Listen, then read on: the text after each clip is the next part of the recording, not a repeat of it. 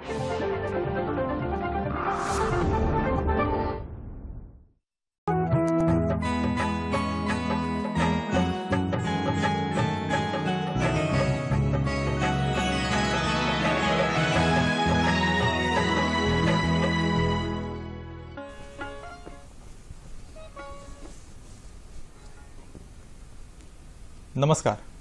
शेतकरी बंधूंनो, कृषी दर्शन कार्यक्रमामध्ये मी विनय कुमार आवटे आपलं स्वागत करतो।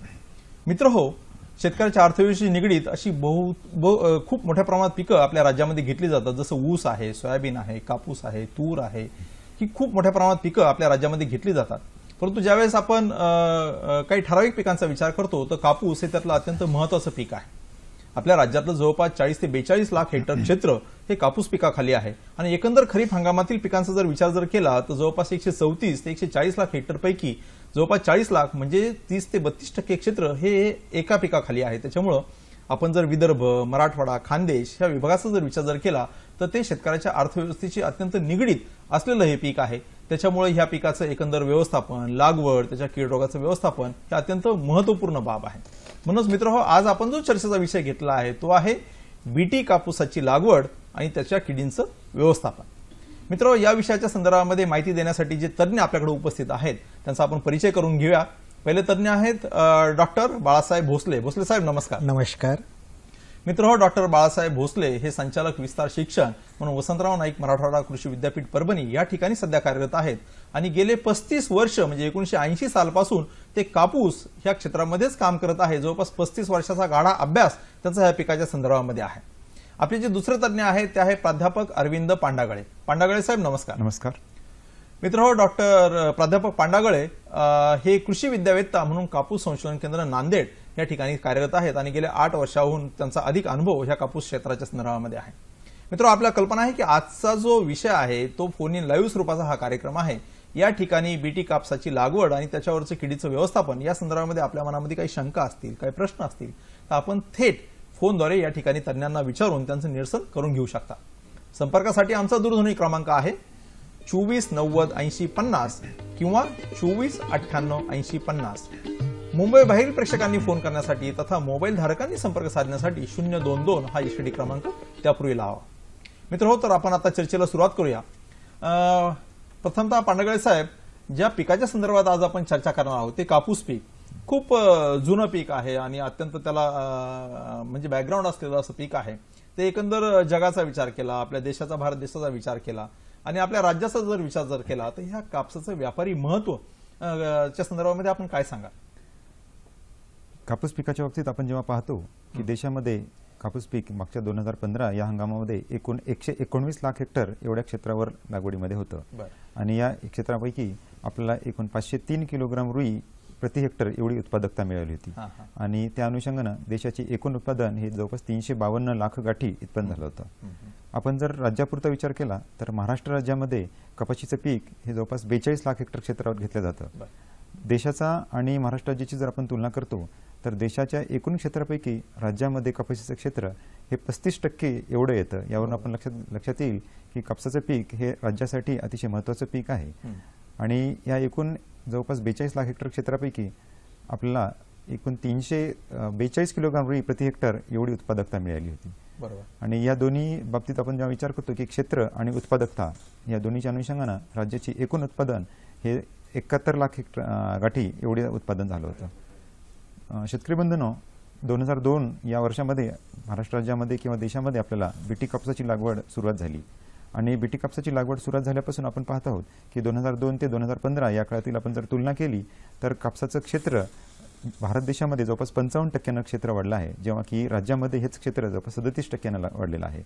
परंतु उत्पादकतेच्या बाबतीत आपण जेव्हा पाहत असतो की देशाची उत्पादकता ही 67% वाढली आहे, परंतु महाराष्ट्राची उत्पादकता ही तब्बल 116% इतकी उत्पादकता वाढलेली आहे। बरोबर, म्हणजे बीटी कापूस आल्यानंतर देश पातळीवर आणि राज्य पातळीवर खूप मोठ्या प्रमाणामध्ये उत्पादकतेमध्ये आपल्याला वाढ करता आलेली आहे आणि खूप चांगलं ते पीक ठरलेलं आहे। एकंदरच भोसले साहेब, ज्याच्या संदर्भामध्ये आपण चर्चा करतोय आता बीटी कापसाचा पांडागळे साहेबांनी उल्लेख केला की क्षेत्र वाढलं, उत्पादकता जवळपास 100%हून अधिक वाढ झालेली आहे, तर नेमकं हे बीटी कापूस जे आहे हे नेमकं काय आहे?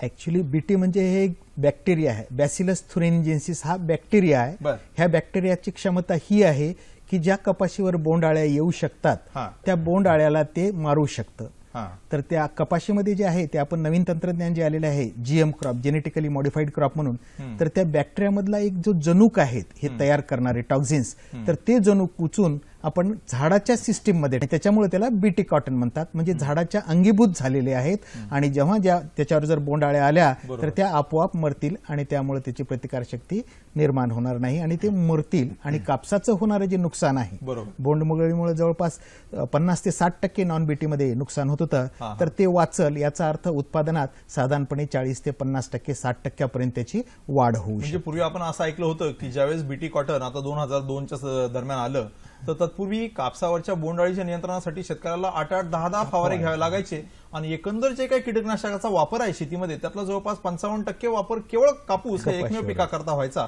आता हे बीटी कापूस आल्यानंतर जी झाडाची अंगीभूत प्रतिकार क्षमता वाढलेली आहे, त्याच्यामुळे ह्या कीटकनाशकाच्या वापराच्या संदर्भात, किडीच्या संदर्भामध्ये काय सांगाल? निश्चितच आहे. 2002ला जेव्हा बीटीचं तंत्रज्ञान आलं तेव्हा थोडंसं बोंडआळ्यावर जो 5% क्षेत्र होतं कपाशीचं, ते 55% कीटकनाशकाचा वापर फक्त याच पिकात होत होता.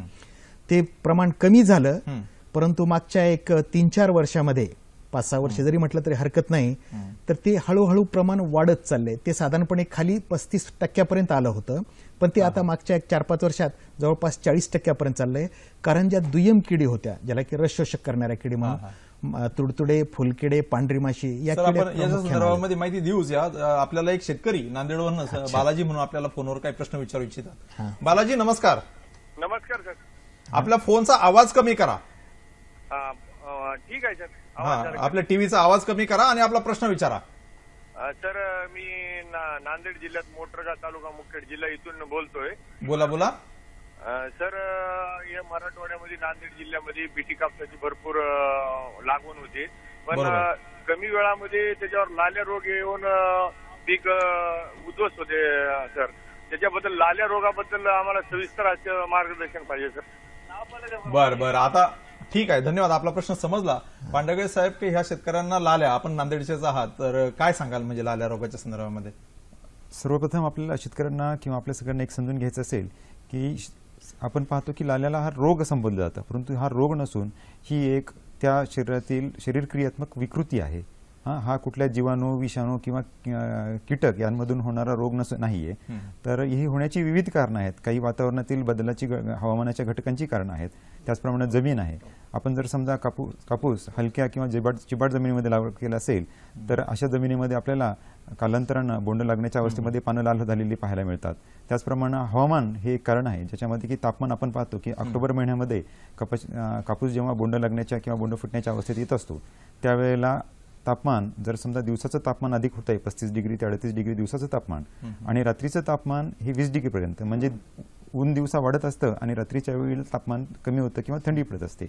अशा वेळेला कपाशीच्या झाडामध्ये जे काही कार्बोहायड्रेट आहे त्याचं विघटन होत असतं आणि त्यामध्ये अँथोसायनिन नावाचा घटक तयार होतो आणि या घटकाचा रंग लाल असतो, त्यामुळे आपल्याला ते लाल दिसतं.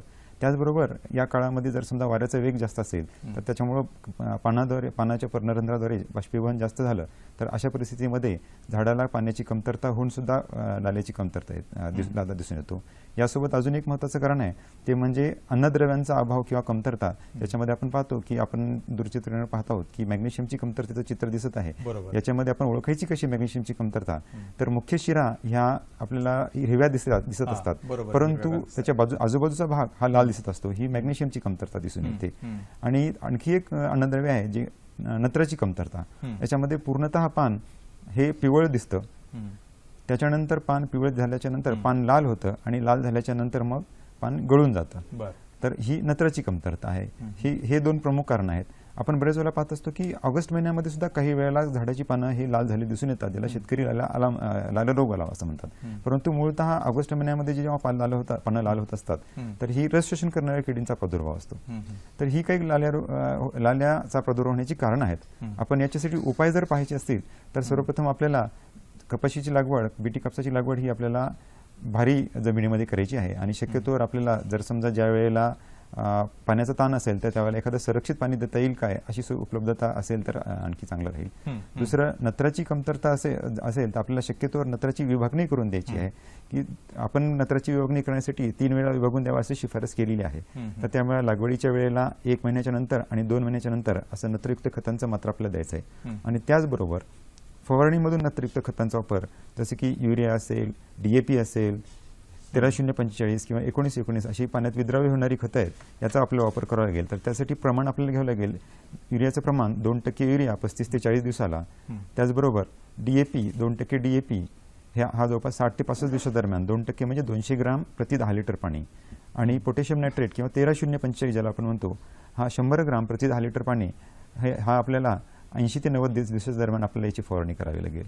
शेतकरी बंधूंनो, मॅग्नेशियमची कमतरताच्या बाबतीत आपण जेव्हा चर्चा केली की मॅग्नेशियमची कमतरतेच्या नुसार जर आपल्या रानामध्ये अशा प्रकारची कमतरता मागच्या हंगामात दिसून आलेली असेल तर मातीचं परीक्षण करायचं आहे आपल्याला, आणि त्याच्यामध्ये जर आपल्याला मॅग्नेशियमची कमतरता आढळून आली असेल तर प्रति हेक्टरी 20 किलोग्राम म्हणजे एका एकरासाठी 8 किलोग्राम मॅग्नेशियम सल्फेट हा लागवडीच्या वेळेला किंवा पहिल्या 30 दिवसामध्ये आपल्याला स्क्रीनवर पण या ठिकाणी दाखवतोच आहे की युरिया, SSP, MOP कोणत्या खताच्या बरोबर आहे. स्वरूपामध्ये आपण खतं देताना सुद्धा आपण स्क्रीनमध्ये आता पाहिले की कोणत्या पद्धतीनं खताचं नत्राचं वर्गीकरण करायचं आहे.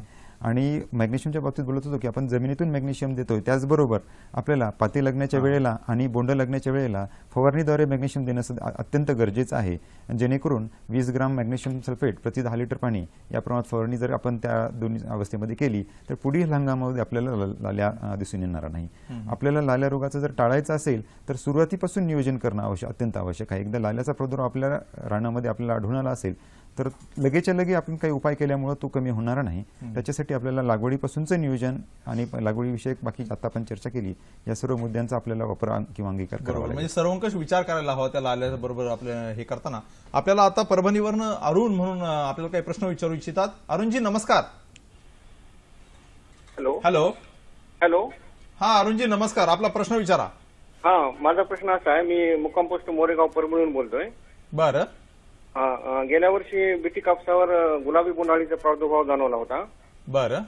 तसा ह्याही वर्षी जाणवण्याची शक्यता आहे का? बरं, ठीक आहे, आपला प्रश्न समजला. खूप चांगला प्रश्न आपण विचारला, धन्यवाद. मित्र हो, बीटी कापसाची लागवड आणि त्याच्यावरची किडींचे व्यवस्थापन या संदर्भामध्ये आपण तज्ञांकडून अशीच माहिती घेणार आहोत. तत्पूर्वी पुढे जाण्याआधी घेऊया एक अल्पशी विश्रांती.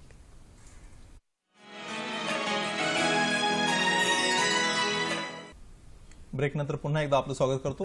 ब्रेकवर जाण्याच्या पूर्वी आपल्याला परभणीवरून अरुण यांनी प्रश्न विचारला होता की सेंद्रिय बोंडाळीच्या नियंत्रणाच्या संदर्भामध्ये काय म्हणजे करता येईल आणि सध्या काय परिस्थिती आहे, म्हणजे अनुकूल परिस्थिती आहे किंवा कसं. तर भोसले साहेब काय सांगाल आपण ह्या शेतकऱ्याच्या? निश्चितच महत्वाचा प्रश्न आहे अरुणजी, कारण आपण बघितलं तर जसं कपाशीच्या एरियामध्ये वाढच होत चालली आहे तसं सेंद्रिय बोंडाळीचा प्रादुर्भाव जो आहे तो मागच्या 2-3 वर्षात वाढत चाललेला आहे. गेल्या वर्षी आंध्र, गुजरात आणि कर्नाटक राज्यामध्ये खूप मोठ्या प्रमाणात त्याचा प्रादुर्भाव झाला, त्याच्यामुळे मोठ्या प्रमाणात शेतकऱ्याला नुकसान झालं. तो अनुभव लक्षात घेतात आपल्या महाराष्ट्रामध्ये विशेषतः मराठवाडा, खानदेश आणि विदर्भामध्ये देखील खूप मोठ्या प्रमाणात या अळीचा प्रादुर्भाव येऊ शकतो. या दृष्टिकोनातून आपण जागरूक राहिलो आहेत आणि आपल्या इकडं प्रादुर्भाव सुरू झालेला आहे. कारण आत्ता जर बघितलं आपण तर हिरव्या बोंडामध्ये अळी आत असते आणि ते बाहेरून शेतकऱ्याला कळत नाही, त्याच्यामुळे ते लक्षात येत नाही आणि त्या दृष्टिकोनातून अळी बोंडाच्या आत राहते सतत. ती कीड ह्याच्यावर आहे मला वाटतं की आपल्याकडे खूप चांगलं व्हिडिओ आहे, चित्रफित आहे. मी विनंती करतो की या ठिकाणी जे आहे आपली सेंद्रिय बोंडाळीच्या संदर्भामधली जी काही चित्रफित आहे तर ती या ठिकाणी आपण प्रेक्षकांना दाखवूया. शेतकऱ्यांना विनंती आहे की त्यांनी असे बोंड फोडून बघावीत. 20 बोंडापैकी जर 2 बोंड जर त्याच्यामध्ये तुम्हाला आळ्या दिसल्या तर याचा अर्थ आर्थिक नुकसानीच्या पातळीच्या खूप पुढे गेलेला आहे असं समजायचंय.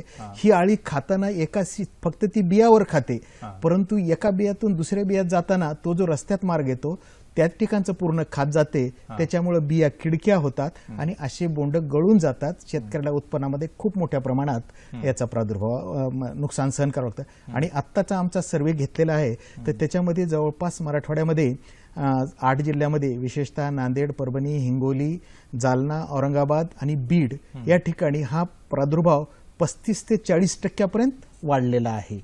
तर त्या अनुषंगानं त्याचं व्यवस्थापन करणं गरजेचं आहे. यासाठी आपण जागरूकता मोहीम ऑगस्टमध्येच घेतलेली आहे आणि ऑगस्टमध्ये जेव्हा तो फुलात प्रादुर्भाव आढळून आला तेव्हापासून आपण शेतकऱ्याला ज्ञात करत आहोत की या किडीचा प्रादुर्भाव आपल्या इकडे वाढण्याची शक्यता आहे. त्या अनुषंगानं शेतकऱ्यांनी फेरोमोन ट्रॅप्स देखील लावता येतील आपल्याला. ते जे फेरोमोन ट्रॅप्स आहेत म्हणजे हे कामगंध सापळे, तर असे सापळे देखील बाजारात उपलब्ध आहेत. शेतकरी बंधू हे सापळे लावू शकतात आणि ह्याच्यामध्ये एक प्रकारचं ल्युअर येतं. बरोबर. तर ते ल्युअर हे जे आहे ह्याला आपण शेतकरी सामान्य भाषेमध्ये गोळी म्हणतात. तर ही काढून जर लावली तर हे ट्रॅप आहे आणि ही जर गोळी ह्याला मध्ये लावली अशी, हे असं ल्युअर भेटतं 15 रुपयाला, तर आपल्याला प्रादुर्भाव कळू शकतो. आणि सतत 3 दिवस जर 8 ते 10 पतंग पडले तर समजायचं की आपल्या इथं प्रादुर्भाव खूप मोठ्या प्रमाणात सुरू झालेला आहे. आणि मग त्यासाठी कीटकनाशकाचा वापर देखील आपल्याला करता येऊ शकतो. त्यामध्ये प्रोफेनोफॉस आहे, त्याच्यानंतर थायोडिकार्ब आहे, किंवा मग लॅम्बडा सायलोथ्रिन म्हणून आहे, किंवा सायपरमेथ्रिन आहे. तर या कीटकनाशकाचा वापर आपल्याला करता येईल. परंतु ह्याची मॅनेजमेंट जर आपण पहिलेपासून करत गेलो तर निश्चितच मला वाटतं त्याचा फायदा होतो. बरेचसे शेतकरी जागरूक झाले आहेत आणि आपल्या इकडे प्रादुर्भाव ऑगस्टमध्ये फुलामध्ये सुरू झाला होता. तेव्हापासून लोकांना आपण महाराष्ट्र शासन आणि आपण क्रॉपसॅपच्या माध्यमातून आणि शेतकऱ्यांना मार्गदर्शन करत आहोत. शेतकरी मेळावे घेतले. औरंगाबादला मोठ्या प्रमाणात आपण शिबिर सुद्धा घेतलं. कृषी विभागातील पूर्ण कर्मचारी, कापूस शास्त्रज्ञ आले होते आणि त्यांनी दिलं आणि शेतकऱ्याला जागरूक केलं. मला वाटतं सर की याचा जो प्रादुर्भाव आहे त्या संदर्भामध्ये ही एक चित्रफित आहे की मी या ठिकाणी आपण प्रेक्षकांना दाखवूया की कापसाचं ज्यावेळेस म्हणजे जिनिंग प्रेसिंग किती प्रमाणामध्ये ती आळी या ठिकाणी दिसते आहे. ही प्रादुर्भाव जो आहे तो खूप प्रचंड आहे, खूप प्रचंड आहे. आणि सगळ्यात महत्वाचं म्हणजे कापूस आपण अगदी डिसेंबर, जानेवारी, फेब्रुवारी पर्यंत ठेवतो.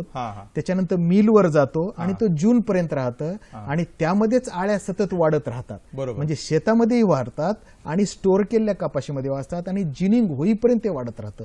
म्हणून हा प्रॉब्लेम वाढलेला आहे. आणि बऱ्याच अंशी त्याची कारण बरेचसे आहेत जे आपल्याला देखील माहित आहे की ते देखील शेतकऱ्यांनी लक्षात घेणं. आणि सगळ्यात महत्वाचं आजच्या स्टेजला मराठवाड्यामधले, महाराष्ट्रातले बरेचसे शेतकरी फरदड घेत आहेत. या वर्षी त्यांनी फरदड किंवा ज्याला आपण रटून म्हणतो, खोडवा म्हणतो, तो या वर्षी घेऊ नका. बरोबर. ही काळजी घेतली पाहिजे. दुसरी वेचणी जर झाली असेल तर ते सर आपल्याला औरंगाबादवरून एक शेतकरी एक प्रश्न विचारतो, घेऊया आणि आपण याचं माहिती देणं सुरू ठेवूया. श्री संतोष म्हणून आपल्या औरंगाबादवरून काही प्रश्न विचारू इच्छितात. संतोषजी नमस्कार. माझा प्रश्न असा आहे की बघा, आम्ही कपाशी पीक लावलेलं आहे, त्यावरती म्हणजे खूप आळीचा प्रादुर्भाव झालेला आहे आणि लाल किड्यांचा सुद्धा प्रादुर्भाव झालेला आहे. बरं, कापाशी लावलेली आहे त्याच्यावरती? त्यावरती छोटे किडे आणि जास्तीत जास्त म्हणजे बोंड 4 पैकी 3 बोंड खराब झालेले, एकच बोंड शिल्लक राहिलेले कपाशीला. बरं, ठीक आहे, समजलं. भोसले साहेब काय सांगा? तेच सांगत होतो मी त्यांना की जे आळीचं म्हणतायत ते सध्या खरं म्हटलं तर बीटी कॉटन आहे. बीटी कॉटनवर आळी नाही यायला पाहिजे, परंतु या आळीला प्रतिकार शक्ती निर्माण झालेली आहे आणि ती बीटी कॉटनवर देखील आलेली आहे. ती जी आळी म्हणतायत ती 4 पैकी 3 बोंड झालं म्हणजे 75% जे आहे हे त्यांच्या शेतामध्ये सेंद्रिय बोंडाचे आहे. तुम्ही बोंड फोडून बघा, आता जसं दाखवलं तसं व्हिडिओमध्ये त्या ठिकाणी बोंडामध्ये आळी आहे. दुसरं जे तुम्ही लाल किडे म्हणतायत ते लाल किडे हे ज्याला आपण रेड कॉटन बग म्हणतो, लाल भुंगेरे म्हणतात, ते असतात. ते बोंड फुटायच्या वेळेस येतात आणि किडकी जी सरकी असते किंवा सरकी जी असते त्यामधलं ते रस शोषण करतात. त्याच्यामुळे सरकीचं वजन भरत नाही, पर्यायानं कापसाचं वजन भरत नाही. परंतु त्याचा प्रादुर्भाव जास्त महत्वाचा जो आहे तो त्यांच्यासाठी सेंद्रिय बोंडाळीचा आहे. म्हणून जे आपण सांगत होतो, याचे व्यवस्थापन जे आहे, कीटकाचा प्रादुर्भाव तो वाढतोच आहे, याच्या व्यवस्थापनाची जी एकात्मिक पद्धत आहे म्हणजे कीटकनाशकांचा कमीत कमी वापर, त्या संदर्भामध्ये काही आपल्याकडे काही फोटोग्राफ्स आहेत, तुम्ही मला वाटतं की या ठिकाणी जे दर्शक आहेत आपण त्यांना सांगावं. या ठिकाणी लॅपटॉपवर जे आहे ते चित्र आपण स्क्रीनवर या ठिकाणी बघू शकतो. की कीड व्यवस्थापनामध्ये सगळ्यात महत्वाचं आहे की म्हणजे स्वच्छ शेत जे पाहिजे ते आहे. आता यावर्षी कापूस घेतला, महाराष्ट्रामध्ये पद्धत कशी आहे, कापूस घेतात आणि तसाच सोडून देतात, तो जाळला पाहिजे. त्याच्यानंतर जे प्रादुर्भावक्त भाग आहेत ते जाळून टाकायचे, स्वच्छता मोहीम घ्यायची. त्याच्यानंतर जनावर शेतामध्ये आपण सोडून द्यायचे. लास्ट वेचणी झाली की पराठ्या शेतामध्ये गोळ्या करून ठेवायच्या नाहीये, त्या घरी आणून जाळायच्या आहेत, कारण त्याच्यामध्ये देखील किडीचा प्रादुर्भाव वाढत जातो. त्याच्यानंतर उन्हाळ्यामध्ये खोल नांगरट करायची. या किडीचे जे पतंग आणि कोष जे आहेत ते कोष जमिनीत असतात आळ्याचे, म्हणून ते उघडे पडतात, जास्त टेम्परेचरनं, उष्णतानं मरतात. आणि शेतीमध्ये जेव्हा कपाशीची लागवड करतात त्यावेळेस त्याच्यासोबत जे आमचं म्हणणं आहे, कपाशीमध्ये पहिला 1 ते 1.5 महिना फवारा नाही गेला पाहिजे. मग ह्याच्यासाठी काय करता येईल तर त्या कपाशीच्या सोबत चवळी, मका, एरंडी किंवा भगर, एरंडीचं पीक हे एरंडी आणि दाखवतात, हे भगर लावलेलं आहे हातामध्ये. तुम्ही 8 तास जरी घातलं आणि जेवढे झाडं राहतील तेवढे जरी राहिले तरी चालतात, जेणेकरून त्याच्यावर मित्रकिडी वाढतील. मित्रकिडी वाढल्याच्या नंतर मग आपल्या शेतामध्ये ऑटोमॅटिक आपल्याला 1-2 फवारण्या कमी लागतील. कुठलीही फवारणी आज 2 ते 2.5 हजाराशिवाय कमी नाहीये. तर 1-2 फवारण्या वाचलं तरी जवळपास 4,000 रुपयाचा आपला फरक पडू शकतो. म्हणून शेतकऱ्यांनी हा लावणं अत्यंत आता हे गरजेचं आहे. पानावर जे दिसतंय हे काय आहे? आता हे आपण एरंडीची झाडं लावलेली आहेत. बरोबर बरोबर. तर एरंडीच्या झाडावर हा जो डायक्रेसिया आणि हे स्पोडोप्टेराची मागच्या वेळेस ज्याला शेतकरी लष्करी अळी म्हणतात त्याचा उद्रेक झाला होता, तो होऊ नये म्हणून पहिल्यांदा आपण एरंडीवर ते येतात, मग ते एका जागीच 200-250 आळे असतात, असे पानं काढून टाकले तरी आपल्याला फवारणीची गरज नाही. बरोबर. ही 10 ते 12 दिवस आळी अवस्था एका जागीच असते आणि मग त्याच्यामुळे तिथं आपल्याला त्यासाठी फवारणी करायची गरज नाहीये. त्याच्याच बरोबर दुसरं जे आहे आपण जे चवळी लावलेली आहे, तर चवळीवर मावा येतो आपल्या सगळ्याला. ही जी आहेत ही आपण चवळी किंवा एरंडी ही जी आहेत आपण ट्रॅप क्रॉप म्हणून आपण त्याला लावतो. सापळा पीक. खूप छान माहिती आहे. आपल्याला नगरवरून श्री धुंडीराम आपल्याला काय प्रश्न विचारू इच्छितात, आपण त्यांचा प्रश्न घेऊया. नमस्कार. नमस्कार. हा धुंडीरामजी, आपला प्रश्न विचारा. सर, मी बोरचे बोलतो. तुमचा आवाज येत नाही, तुमच्या टीव्हीचा आवाज कमी करा. बाहेर परदेशामध्ये 20 गुंठ्यात 20 क्विंटल कापूस काढला जातो. तुमचा आवाज अजिबात येत नाहीये. तुम्ही तुमचा टीव्ही बंद करा किंवा त्याचा आवाज कमी करा.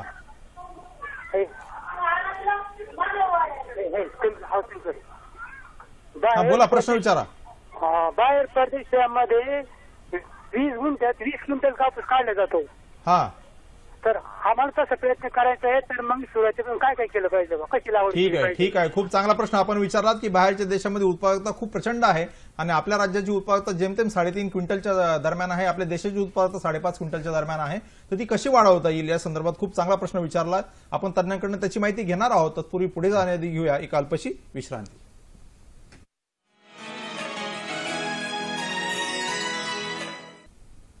ब्रेक नंतर पुन्हा एकदा आपलं स्वागत करतो. ब्रेकवर जाण्याच्या पूर्वी आपल्याला खूप चांगला प्रश्न आला. नगरवरून श्री धुंडीराम यांनी विचारला की परदेशामध्ये कापसाची उत्पादकता एकरी 20 क्विंटल पर्यंत आहे आणि आपली हेक्टरी 3.5 क्विंटल पर्यंत उत्पादकता आहे, असं का?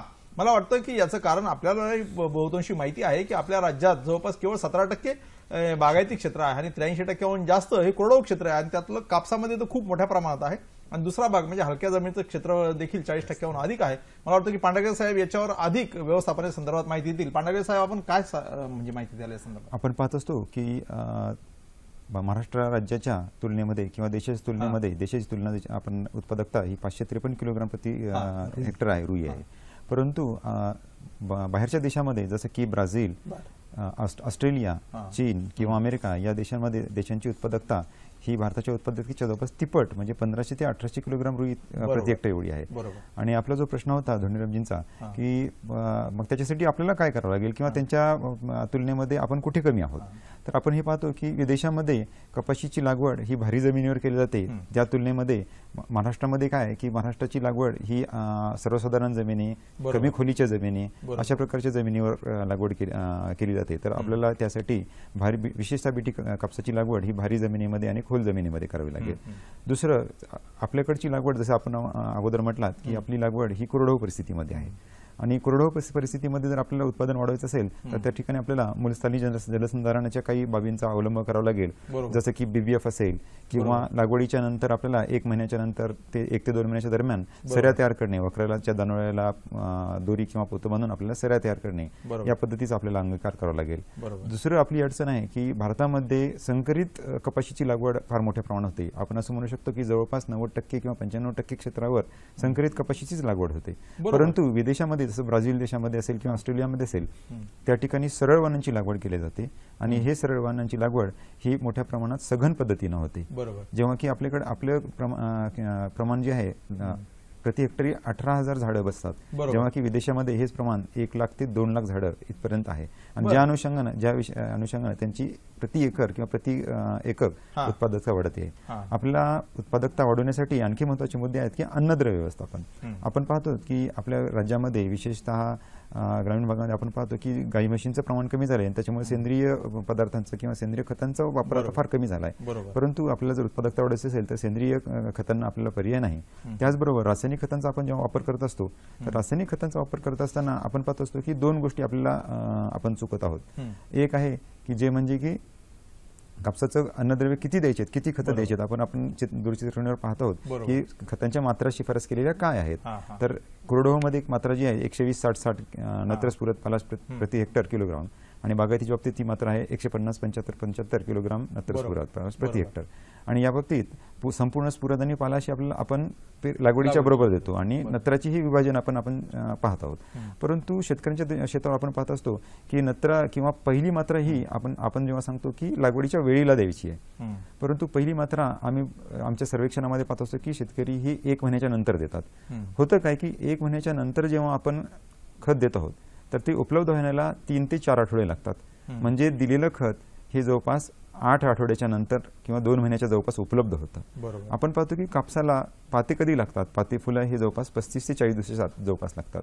आणि ज्या वेळेला आपल्याला गरज आहे, अन्नद्रव्यांची गरज सगळ्यात जास्त कधी आहे, 1 महिना ते 2.5 महिने 3 महिन्याच्या काळात कापसाला सगळ्यात जास्त अन्नद्रव्याची गरज आहे.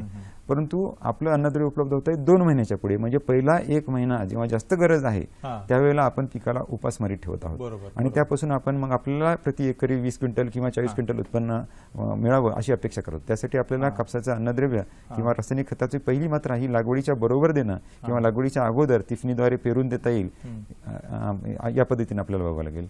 याचबरोबर सूक्ष्म अन्नद्रव्याचा वापर आज फार कमी आहे. अतिशय मोजके शेतकरीच सूक्ष्म अन्नद्रव्याचा वापर करत आहेत. त्यामुळे आपण आपल्या मातीचं परीक्षण करून ज्या अन्नद्रव्याची आपल्याकडे कमतरता आहे त्या अन्नद्रव्याचा आपल्याला वापर करावा लागेल. त्यामध्ये मॅग्नेशियम सल्फेट 20 किलोग्राम प्रति हेक्टर, किंवा जर झिंकची आपल्याकडे कमतरता असेल तर झिंक सल्फेट 25 किलोग्राम प्रति हेक्टर, आणि जर बोरॉनची कमतरता असेल तर बोरॉन आपल्याला 5 किलोग्राम द्रव्याचा देखील वापर केला पाहिजे. आपण जमिनीची तपासणी करून अन्नद्रव्याचं व्यवस्थापन केलं पाहिजे, सेंद्रिय खताचं हे वाढवलं पाहिजे. आपल्याला हिंगोलीवरनं संतोष म्हणून आपल्याला काही शेतकरी काही प्रश्न विचारूया, आपण त्यांचा प्रश्न घेऊया. संतोषजी नमस्कार. हा नमस्ते सर. संतोषजी आपल्या टीव्हीचा आवाज कमी करा आणि आपला प्रश्न विचार. अच्छा, मी सुकळी तांडा हिंगोली जिल्हा इथून संतोष राठोड बोलतो. हा बोला बोला. माझा प्रश्न असा आहे सर, सध्या आपल्या तणनाशकाचा भरपूर वापर चालू आहे.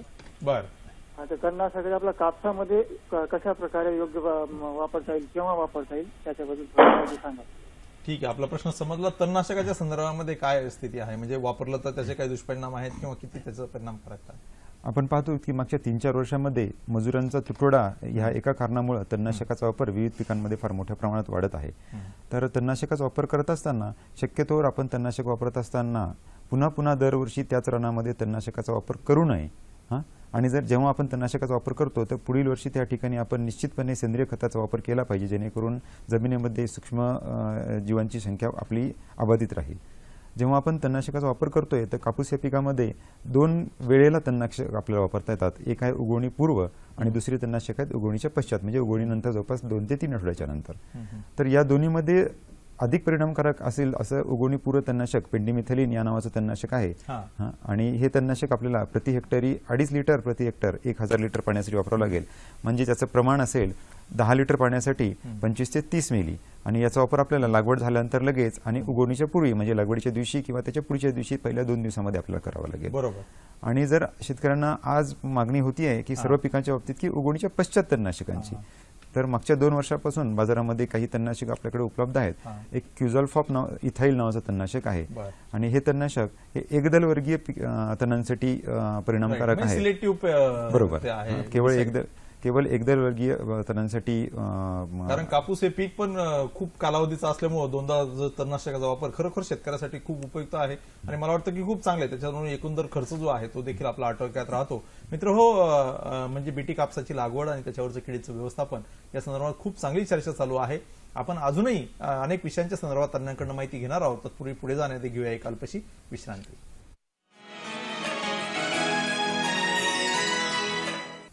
ब्रेकनंतर पुन्हा एकदा स्वागत करतो. मित्र हो, ब्रेकवर जाण्याच्या पूर्वी आपण अनेक विषयांवर चर्चा केली. सर्वात महत्त्वाचा विषय आहे, आपण बघितलं की कापूस पिकावर कीटकनाशकांचा बेसुमार वापर आहे. जवळपास 40 ते 50% पर्यंत कीटकनाशके केवळ कापूस पिकाकरता वापरली जातात. त्याच्यामुळे कीटकनाशकाचा वापर हा एकंदरच मानवी आरोग्य आणि पर्यावरणाच्या दृष्टीने देखील हानिकारक आहे.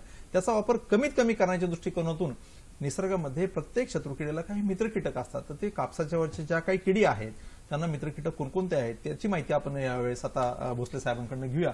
भोसले साहेब, मी स्क्रीनवर विनंती करतो की त्यांनी हा जो आहे गांधील माशी तर ती त्या ठिकाणी मित्र कीटक म्हणून दाखवा, आपण त्याच्या संदर्भामध्ये माहिती द्यायची.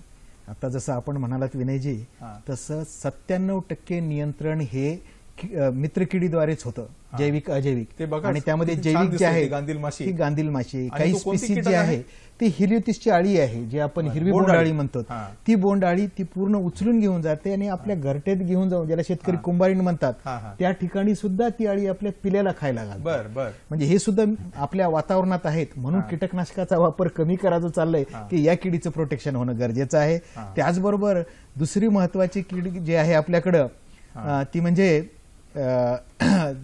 आपण जो दाखवला तर हा कॅराबिड भुंगा सुद्धा आहे. ह्याची अळी जी आहे ती मोठ्या अळीला सुद्धा मारते. ही अळी सुद्धा आपल्या जमिनीत राहते आणि मग दिवसा वर येऊन अळ्या जिथं असतील तिथं खाते अळ्याला. हे कॅराबिड भुंगा ज्याला म्हणतो आपण, तो जमिनीत राहणाऱ्या भुंग्याची अळी आहे. त्याचबरोबर दुसरी महत्वाची जी कीड आहे आपल्याकडं, मित्रकीड, कीटक म्हणता येईल, त्याला हरकत नाही. तर त्यामध्ये क्रायसोपा म्हणा किंवा लेडी बर्ड बीटा म्हणा, हे क्रायसोपाच आहे. तर क्रायसोपा हे आपण जे सांगितलं ना, चवळी मका बगर कालावा, तर याचे प्रौढ त्याच्यावर होतात आणि मग ते आपल्या शेतामध्ये राहतात. ही कीड मावा खाऊ शकते, आपलं पांढरी माशी खाऊ शकते आणि 1 ते 2 फवारण्या आपल्या याच्यामुळे जर वाढल्या तर मित्रकिडीमुळे खूप मोठ्या प्रमाणात आपल्याला आर्थिक फायदा होऊ शकतो. त्याचबरोबर दुसरी जी महत्वाची कीटक आहे आपल्याकडं, ज्याला आपण मित्रकीट म्हणतो, आणि हे सगळे किडे आपल्या वातावरणात आहे, आपल्याला काय बाहेरून आणून सोडायचे नाहीये. तर त्यामध्ये आता आपल्या इकडे पांढऱ्या माशीचा खूप मोठा प्रॉब्लेम आहे. आपण जे एरंडी सांगतो तर हे पांढऱ्या माशीचे पिल्ले आहेत आणि त्याच्यावर खायला एक छोटी कीड दिसते जी हलते ना, ती हा इरिटमोसिरस म्हणून मित्रकीटक आहे. म्हणून आम्ही सांगतो की त्याच्यासोबत थोडीशी एरंडी लावा, पांढऱ्या माशीचं थोडंसं आपण व्यवस्थापन नैसर्गिकरित्या करू शकतो. तसंच दुसरी जी कीड आहे, कीटक आहे, सर आपण त्याची माहिती घेऊच आहे. आपल्याला परभणीवर नाही, त्र्यंबकजी आपल्याला प्रश्न विचारतो, प्रश्न घेऊया आणि आपण या संदर्भात माहिती देऊया. त्र्यंबकजी नमस्कार. हा, ठीक आहे. आपला प्रश्न विचारा. हा तर मी वाडी खुर्द येथून भटके त्र्यंबक मल्लिकार्जुन बोलतो. नमस्कार, बोला बोला. मला असा प्रश्न विचारायचा आहे की कापसामध्ये पाणी साचल्यामुळे पूर्ण कापूस म्हणजे पानगळ झालेली आहे. अच्छा. ते आपल्याला पूर्ववत करण्यासाठी काय करावं लागेल? बरं, अत्यंत चांगला प्रश्न आपण विचारलात. कारण चालू वर्षी पावसाळा जरी चांगला झाला तरी खूप मोठ्या प्रमाणामध्ये अतिवृष्टी झाली आहे आणि पावसाचं पाणी साठलं. आपण त्याची माहिती घेऊया आपण पंडागडे साहेबांकडनं. तत्पूर्वी आपण हे जे काही मित्र कीटक आहेत तर ते आपण एकदा भोसले साहेबांकडनं माहिती घेऊया. तर जसं म्हणालो तसं दुसरी मित्र कीटक जो आहे तो ज्याला शेतकरी खंडोबाचा घोडा म्हणतात, तो ह्याच्या आहे ते हे दोन्ही पायामध्ये अळी धरतो आणि नंतर मग खातो. ह्याचं सुद्धा प्रमाण वाढवणं आपल्या पर्यावरणाच्या दृष्टिकोनातून अत्यंत आवश्यक आहे. आणि मोठ्या अळीला सुद्धा मारतं ते आणि लहान कीटकाला सुद्धा मारू शकतं ते. त्याच्यानंतर हे जे आहे ते आपण दुसरं जर मित्र कीटक पाहिलं तर ही आहे, आपण कोळी बघितलेले असतील, ते जाळ्या करणारे आणि जाळ्या न करणारे दोन्ही प्रकारचे कोळी आहेत. ही कोळी सुद्धा अळी मारू शकतं, सरळ खाऊ शकतं किंवा मग जाळ्यात अडकून सुद्धा ते मारू शकतं. तर हा मित्रकीटक देखील आपल्या कपाशीच्या इकोसिस्टम मध्ये ऑलरेडी आहेत. तर कीटकनाशकाचा वापर कमी करा जेणेकरून हे मित्र कीटक राहतील असं आपण सांगायचं आहे. त्याचबरोबर आपल्याकडे पेंटाटॉमिड बग म्हणून एक आहे, ज्याला आपण ढेकून म्हणू. हा तर अगदी मोठी अळी जी हेलिकोअर्पा अळी 12,000 रुपयाच्या कोराजीनं सुद्धा मरत नाही, त्याला देखील हा चांगलं काम करू शकतो. ती अळी मारू शकतो. तिच्या पोटात सोंड खूप असतो आणि तो तिच्यातलं रक्त पितो. ही मोठी अळी सुद्धा ह्या मित्रकीटकाद्वारे आपण मारू शकतो त्याच्यामध्ये. हे सुद्धा मित्रकीटक आपल्या कॉटनच्या पर्यावरणामध्ये निश्चितच आहे. त्याचबरोबर सिरफीड फ्लाय म्हणून आहे. आता याच्यावर आपण बघितलं की कपाशीमध्ये रस शोषण करणाऱ्या किडीचा खूप मोठा प्रॉब्लेम आहे, ज्याच्यामध्ये मावा आहे, फुलकिडे आहेत, तुडतुडे आहेत आणि पांढरे आहेत. तर ही सिरफीड फ्लाय ज्याला माशी म्हणतो त्याची अळी आहे. ही अळी माव्याच्या पूर्ण जवळपास एका दिवसातून 30 ते 35 माव्याची पिल्ले ती खाते. बापरे. आणि हे किडीचं प्रोटेक्शन होणं खूप गरजेचं आहे. तर त्या दृष्टिकोनातून आपण या किडीचं सुद्धा महत्वाचं मित्र कीटक म्हणून आपण विचार करू शकतो. हे ऑलरेडी आपल्या इकडे आहेत, आपल्याला याच्यात करायचं काहीच नाही. फक्त या किडीचा प्रादुर्भाव, या कीटकाचा प्रादुर्भाव असल्यानंतर केमिकल्स जे आहेत, रासायनिक कीटकनाशक, त्याचा वापर शक्यतो टाळायचा आहे. आणि जेणेकरून काही सुरक्षित कीटकनाशक सुद्धा आहेत, ज्याच्यामध्ये बुफ्रोफेझिन आहे किंवा जैविक कीटकनाशक आहेत, व्हर्टिसिलियम लिकॅनी आहे, ते याला मारणार नाहीत, फक्त ते माव्याला मारतील. सिलेक्टिव्ह इन्सेक्टिसाइड असं ज्याला म्हणता येईल, तर त्याचा सुद्धा वापर करता येईल. हे आपण या ठिकाणी त्याचबरोबर आपण म्हणतो की जे अल्टरनेट होस्ट आहेत, म्हणजे जे बाकीच्या पिकावर जे येतात, ज्याच्यावरून गुणन होऊन मग मुख्य पिकावर जातात, ज्याला आपण ट्रायडेक्स म्हणतो किंवा जखमजुडी म्हणतो, ते हेलिकोअर्पासाठी खातं. इव्हन गाजर गवतावर सुद्धा आता हेलिकोवर्पाची आळी आलेली आहे, आपण हे सुद्धा पाहत आहोत की त्याच्यावर सुद्धा खाते. तर ह्या कारण ही तर गुणन होतं आणि मग मुख्य पिकावर काढले ठेवलं पाहिजे. आणि त्याचबरोबर सुरुवातीच्या काळात जर कीटक, कारण आपण म्हणतो की वातावरणामध्ये कुठल्या प्रकारचं जरी वातावरण असेल तर कीटक येतात आणि आपण तर सांगतो 1 ते 1.5 महिना फवारणी करायची नाही. मग अशा वेळेस काय करायचं, सुरुवातीच्या काळात कीटकनाशकाचा कमी वापर करण्यासाठी ज्याला आपण स्टेम स्मिअरिंग म्हणतो, खोडाला थोडंसं औषध कुठलंही लावायचं, पूर्ण झाडं फवारणी करायची काही गरज नाहीये. तर त्यासाठी असं आपण कापसाला बोळा लावून मोनोक्रोटोफॉस असेल, ॲसिटामाप्रिड असेल, ॲसिफेट असेल, एक जर हा भाग घेतला तर 5 ml ते घ्यायचं, 1 ml 5 ml, आणि हे फक्त खोडाचा वरचा जो भाग आहे तेवढ्याला चावायचं. म्हणजे सगळ्या शेतावर फवारणी करायची गरज नाही. आपण फेरोमोन ट्रॅप्स, त्याच्याचबरोबर आता जसं आपण फेरोमोन ट्रॅप्स दाखवले, ते तिन्ही बोंड आळ्यासाठी वेगवेगळे फेरोमोन ट्रॅप्स येतात आणि हे अत्यंत गरजेचं आहे. शेतात लावायचे म्हणजे त्यात ती कीड आढळते आणि आपल्याला कळतं की आपल्या शेतात कीड आली की नाही आली. आणि हे परत त्याचबरोबर सगळ्यात महत्वाचं आपल्यासाठी ते म्हणजे निंबोळी अर्काचा वापर. हे निंबोळीच्या कमी खर्चाच्या तंत्रज्ञान हे अत्यंत गरजेचं आहे. त्याच्यामध्ये लिंबोळी अर्काचा वापर करता येईल. आपण शेतकरी उन्हाळ्यामध्ये निंबोळ्या गोळा करू शकतो, वाळू शकतो झाडाखाली सावलीत, त्या कुटायचं आणि मग ते रात्रभर 10 लिटर पाण्यामध्ये 5 किलो जर आपण रात्रभर भिजून ठेवलं तर चौथ्या बाजूला तो रस पूर्ण उतरतो आणि त्या रसामध्ये 10 लिटरमध्ये 90 लिटर दुसरं पाणी टाकायचं, 200 ग्राम हलका साबण टाकायचा आणि ते आपण शेतकरी फवारलं तर बऱ्याचदा ते कीडनाशक म्हणून चांगलं काम करतं. फोटो दिसतोय फवारणी करताना तो पंप देखील त्याच महत्वाचं आहे. माझं तर म्हणणं आहे शेतकऱ्याला की ज्याला पॉवर स्प्रेअर म्हणतो, पेट्रोलचा पंप शेतकऱ्याच्या भाषेमध्ये, त्याचा वापर न करता साध्या पंपानं मारा. कदाचित 4 फवारण्याचं काम तुमचं 3 मध्ये होईल, कदाचित 2 मध्ये होईल. आणि जेव्हा साध्या पंपाचं फवारणी करता त्यावेळेस ट्रिपल ऍक्शनचं नोझल जे आपण मागच्या याच्यामध्ये दाखवलं ते जर लावलं तर फवारणी खूप चांगल्या रीतीनं होती आणि जेवढा बारीक थेंब राहील त्याचा तेवढी फवारणी उपयुक्त आणि आपली फवारणीची संख्या वाचू शकते. आणि झाड जे शेतकऱ्याच्या भाषेमध्ये भोगतोय, आमच्या शेतकऱ्यांना खूप चांगली माहिती दिली. म्हणजे एवढे मित्र कीटक आपल्या निसर्गामध्ये आहेत आणि ते आपली काळजी घेत आहेत पिकाची. घेत आहेत मित्र हो. मगाशी जो प्रश्न विचारला होता की जास्त पाण्यामुळे कापसाच्या पिकाच्या संदर्भामध्ये पानगळ होतीये, त्याचं उत्तर आपण घेणार आहोत पांडगळे साहेबांकडनं, परंतु एका छोट्याशा विश्रांतीनंतर.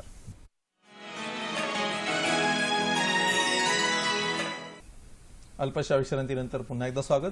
पांडगळे साहेब, मगाशी आपल्याला एका शेतकऱ्यांनी प्रश्न विचारला होता की पाऊस पडलेला आहे आणि पावसामुळे त्यांची पानगळ खूप मोठ्या प्रमाणात होती, काय सांगा? आपण पाहतो की मागच्या हंगामामध्ये 2016च्या वर्षामध्ये आपल्याकडे जुलै महिना आणि त्याचबरोबर सप्टेंबर महिन्यामध्ये फार मोठ्या प्रमाणात पाऊस पडला होता.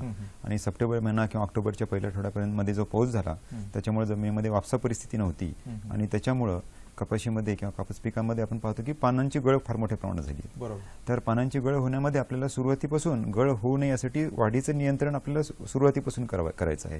परंतु आजच्या परिस्थितीमध्ये जो प्रश्न होता आपल्याला की ज्याच्यामध्ये पानांची गळ झाली आणि आता ती पूर्ववत कशी करायची, तर पूर्ववत करण्यासाठी आपण सध्या एवढंच करू शकतो की आपल्याकडे जर उपलब्धता असेल, एखादे पाणी देण्याची, सिंचन देण्याची उपलब्धता असेल तर त्या पद्धतीने आपल्याला सिंचन द्यावं. आणि आपण पाहत असतो की शेतकरी वर्गामध्ये अशा परिस्थितीमध्ये पाण्याची उपलब्ध आहे आणि सिंचन देत आहे, तर त्याचबरोबर शेतकरी फार मोठ्या प्रमाणात युरिया खताचा किंवा नत्राचा अतिरेकी वापर करतात. परंतु आपण जसं चर्चा करतो आज की मूळ आजच्या चर्चेचा विषय हा आहे की सेंद्रिय बोंडअळीचं नियंत्रण. तर आपण या पद्धतीत जर समजा युरियाचा जर आपण इथं वापर केला तर कापसाचा एकूण कालावधी वाढेल आणि जसा जसा कापूस पिकाचा कालावधी वाढत जाईल तर त्यानुसार त्याला सेंद्रिय बोंडअळीचा प्रादुर्भाव देखील वाढत जाईल. तर त्याच्यामुळं शेतकरी बंधूंना मला आवाहन आहे की इथून पुढे आपण कापसाला युरिया फेकून देणे ही जी पद्धत आहे ही करू नका. आपल्याकडे समजा ठिबक सिंचन असेल तर आपल्याला त्यासाठी प्रति एकरी 10 किलोग्राम युरिया ठिबकमधून देता येईल, परंतु फार जास्त आपल्याला जमिनीद्वारे खत फेकून देऊ नये. त्याऐवजी आपल्याला खताचं व्यवस्थापन आणि सुरुवातीपासून त्याऐवजी फक्त फवारणी. नांदेडवरूनच एक फोन येतो, तो आपण एक फोन घेऊ शेतकऱ्यांचा. श्रीमती ललिता पांडागळे यांचाच फोन आहे. नमस्कार. नमस्कार सर. हा ताई, आपला प्रश्न विचारा. सर, मला असा प्रश्न विचारायचा आहे की सध्या बीटी कपाशीचं वाण सगळीकडे शेतकरी लागवड करतायत, तर खरंच शेतकऱ्यांसाठी कितपत फायदेशीर आहे बीटी कपाशी लागवड करणं? मॅडम, आता जर आपण सुरुवातीपासून जर कार्यक्रम जर बघत असाल तर निश्चितच सांगितलं की देश पातळीवरचं उत्पादन जे आहे क्षेत्रातही जवळपास 50% जास्त वाढ झाली, उत्पादकतेमध्ये 100% जास्त देश आणि राज्य पातळीवर झाली. त्याच्यामुळे निश्चितच आपला जो आयातदार देश होता कापसाच्या बाबतीत तो प्रमुख निर्यातदार झालेला आहे. हीच याची फलनिष्पत्ती आहे. मला वाटतं की सर आपण त्याच प्रश्नावर येऊया की जिथं पानगळ झालेली आहे तर त्या ठिकाणचं व्यवस्थापन आणि एकंदरच कापसा पिकाच्या व्यवस्थापनाच्या संदर्भात जे काही थंब रूल्स आहेत किंवा ठोकताळे सांगता येतील शेतकऱ्यांना त्याच्याविषयी आपण सांगा. आपण चर्चा करत होतो की आपल्याला जमिनीद्वारे आता युरिया द्यायचा नाहीये, परंतु त्याऐवजी आज जर समजा कापसामध्ये एखादी फवारणी घेणं शक्य असेल तर अशा पद्धतीनं परिस्थितीमध्ये फवारणीद्वारे आपल्याला युरिया किंवा DAP 13-0-45 या खतांचा आपल्याला उपयोग करता येईल. परंतु ही परिस्थिती कधी शक्य आहे जर ज्या परिस्थितीमध्ये आपल्याला फवारणी करता येणं शक्य आहे. अन्यथा शेतकऱ्यांनी कृपया इथून पुढे युरिया जमिनीवर फेकून देणं या पद्धतीचा अंगीकार यावर्षी करू नये, जेणेकरून आपल्याला किडींचा प्रादुर्भाव आणखी वाढेल. बरोबर. भोसले साहेब, वेळ खूप कमी राहिलेला आहे, परंतु मला एक सांगायचं की जसे आपण मित्र कीटक बघितले तसे काही पक्षी वगैरे पण आहेत, त्या संदर्भात काही आपल्याकडे फोटोग्राफ्स आहेत ते आपण दाखवूया प्रेक्षकांना, तुम्ही त्याच्या संदर्भामध्ये सांगा. निश्चितच. जसं जैविक घटकामध्ये मित्र कीटकाचा सहभाग आहे तसा काही पक्ष्याचा देखील म्हणजे आपण काळी चिमणी सरसकट आपण आपल्या कपाशीमध्ये पाहू शकतो, ज्याला ब्लॅक ड्रॉंगो म्हणतात. ही सुद्धा आळ्या वेचून खाते. आणि भगर जो आपण लावलेला आहे त्याच्यासाठी ही साळुंकी किंवा ज्याला मैना म्हणतो आपण, ह्या सुद्धा बऱ्याचदा आळ्या वेचून खातात. मैना आहे. त्याशिवाय बाकीच्या बगळे सुद्धा बऱ्याचदा शेतामध्ये आपण जर पाणी दिलं किंवा जर नागराच्या पाठीमागे बघितलं तर बऱ्याचदा बगळे सुद्धा त्याच्यामध्ये दिसतात, ते सुद्धा आळ्या वेचून खातात. हे मित्र कीटक आहे, यांनी थोडं थोडं जरी कंट्रोल केलं. आता ह्या बगळ्याच्या तोंडामध्ये आळी आहे. माझं म्हणणं हे आहे की हे सगळे महत्वाचे कीटक आहे. 1-2% जरी गेलं तरी ते निश्चित झालं होतं. आणि सगळ्यात महत्वाचं आम्ही शेतामध्ये म्हणतो की कारण पक्षी खूप हुशार आहे, ज्या ठिकाणी कमी कीटकनाशकाचा वापर केलेला आहे त्या ठिकाणीच ते घरटं करतात. तर हे असं शेतकऱ्यांना कळावं म्हणून ते आपण घरटं दाखवलेलं आहे. तर हे बाकीचे बरेचसे मित्र कीटक आहेत, तर त्याचं देखील आपण संवर्धन करणं. मला वाटतं की कापसाच्या पिकाच्या संदर्भात एकंदर शेतकऱ्यांच्या मनामध्ये खूप प्रश्न आहे, खूप महत्वाचा विषय आहे. आपल्या विद्यापीठाने काही मोबाईल ऍप डेव्हलप केले. मला वाटतं स्क्रीनवर या ठिकाणी आपण त्या ऍपचा आपण कोड दिलेला आहे. मला वाटतं सगळ्या शेतकऱ्यांनी तो नमूद करून घ्यावा आणि गुगल प्ले स्टोअरला जाऊन आपण जर हे ऍप जर डाउनलोड जर केलं तर कापसाच्या उत्पादनाच्या संदर्भात, कीड रोग व्यवस्थापनाच्या संदर्भात इत्थंभूत माहिती आपल्याला त्या याच्यावर मिळेल. मला वाटतं की आता कापूस पिकाचं एकंदरच लागवड आणि किडीचं व्यवस्थापन या संदर्भात आपण खूप चांगली माहिती घेतली. वेळेची आपल्याला मर्यादा आहे. मित्रहो, दर गुरुवारी आपण संध्याकाळी 6 वाजता सह्याद्री वाहिनीवर कृषी दर्शन हा कार्यक्रम आपण प्रसारित करत असतो. पुढच्या गुरुवारी म्हणजे दिनांक 10 नोव्हेंबर 2016 रोजी आपला चर्चेचा विषय आहे तो आहे ऑनलाईन शेतमाल विक्री आणि त्याची निर्यात. आणि सहभागी होणारे तज्ज्ञ आहेत श्रीयुत गोविंदजी हंडे, जे फलोत्पादन निर्यात कक्षा कृषी आयुक्तालय पुणे या ठिकाणी तंत्र अधिकारी म्हणून काम पाहत आहेत. मित्रहो, कृषी दर्शन कार्यक्रम आपल्याला कसा वाटला या संदर्भामध्ये आपल्या प्रतिक्रिया जाणून घेण्यासाठी आम्ही नेहमीच उत्सुक असतो. संपर्कासाठी आमचा पत्ता असा आहे: निर्माता कृषी दर्शन, दूरदर्शन केंद्र, पांडुरंग बुतकर मार्ग, उरळी, मुंबई 400030. आपण ईमेलद्वारे देखील आम्हाला संपर्क साधू शकता. ईमेल ऍड्रेस आमचा स्क्रीनवर या ठिकाणी आपल्याला दिसतोय.